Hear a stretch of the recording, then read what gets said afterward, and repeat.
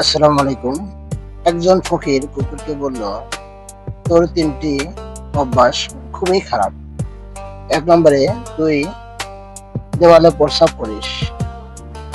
২ নম্বরে তুই ফকির দেখলে ঘেউ, ঘেউ করিস। ৩ নম্বরে তুই রাতের বেলা কেউ, কেউ করে মানুষের ঘুম নষ্ট করিস। উত্তরে কুকুর বলল, আমি জমিনে প্রস্রাব করি না এইজন্য, কারণ আল্লাহর কোন বান্দা আল্লাহর জমিনে বসে আল্লাহকে ডাকে।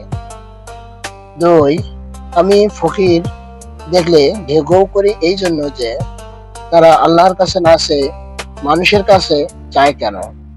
৩, আমি রাতের বেলা ঘেউ ঘেউ করে মানুষের ঘুম এই জন্য নষ্ট করি যে মানুষ গুনাহ করে রাতের বেলা আরামে ঘুমালে তারা আল্লাহর কাছে ক্ষমা চাইবে কখন।